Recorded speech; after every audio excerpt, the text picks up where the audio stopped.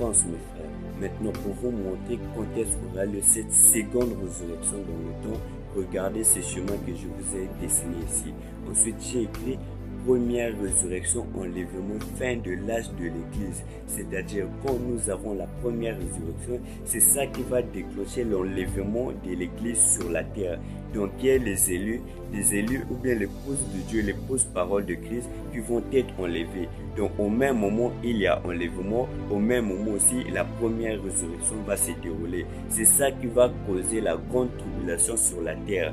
Voilà pourquoi j'ai écrit GTTR. Ça veut dire grande tribulation sur la terre. Elle durera 3 ans et demi, jour pour jour, bien compté. Et quand la grande tribulation sur la terre va se passer, qui va durer 3 ans et demi, au ciel, nous avons les noces de l'agneau. Elle aussi, elle va durer 3 ans et demi. Maintenant, quant à la grande tribulation qui va durer 3 ans et demi, j'allais vous expliquer ça, pourquoi ça va durer 3 ans et demi. Mais faute de temps, je ne peux pas, donc je passe. Mais croyez-moi, elle va durer 3 ans et demi, parce que je ne peux pas venir me mettre ici pour vous mentir en savant que Dieu va me juger à la fin. Non, monsieur, je vous dis sincèrement, ma main sur le cœur, la grande tribulation durera 3 ans et demi. Croyez-moi. Ensuite, quand cette grande tribulation sur la terre va prendre fin, qui va durer 3 ans et demi, lorsque ça prendra fin, ensuite nous avons la 3e guerre mondiale. Voilà pourquoi j'ai écrit 3e G1. C'est encore appelé la guerre des armes à Guédon. Voilà pourquoi en haut j'ai écrit HARM, ça veut dire armes à Guédon. Donc on peut dire 3e guerre mondiale, on peut encore dire la guerre des armes à Guédon. Pourquoi on l'appelle la guerre des armes à Guédon? Parce que cette guerre qui va se passer, les gens vont se battre avec des armes.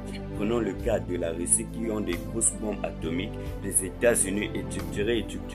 Donc c'est par là que Dieu va mettre fin sur toute vie sur terre. Et quand cette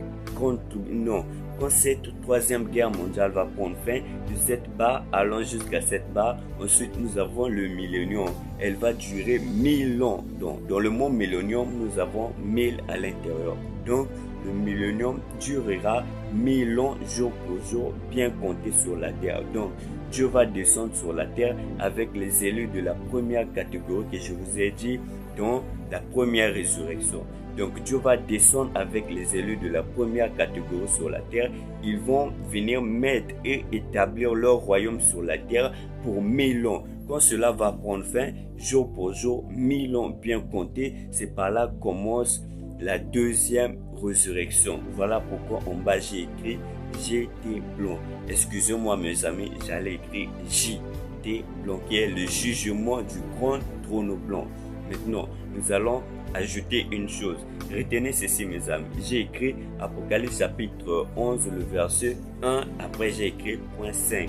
Excusez-moi, j'allais écrire Apocalypse chapitre 20, le verset 11 jusqu'au verset 15. Maintenant, j'ai encore écrit Daniel 7, le verset 1 à 9. Excusez-moi, ajoutez 1 Corinthiens chapitre 6, le verset 2. Nous allons lire ça. Ne savez-vous pas que les saints jugeront le monde? Donc, quand les saints ou bien l'épouse parole de Dieu vont être enlevés à la première résurrection, dès qu'ils vont revenir avec Christ pour juger, donc dès que Christ va revenir pour la seconde résurrection ou bien le jugement du grand trône blanc, Jésus-Christ va revenir avec l'épouse de la première catégorie pour venir juger le monde. Donc voilà pourquoi nous allons ajouter 1 Corinthiens chapitre 6, le verset 2. Maintenant on avance. Lisons maintenant Daniel chapitre 7, le verset 9. Il est écrit: je regardais pendant que l'on plaçait des trônes.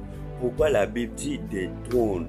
Parce que c'était Christ qui devait venir pour juger le monde. Maintenant, pourquoi la Bible dit des trônes? Parce que c'est Christ qui a vaincu. Voilà pourquoi quand il partait, il a dit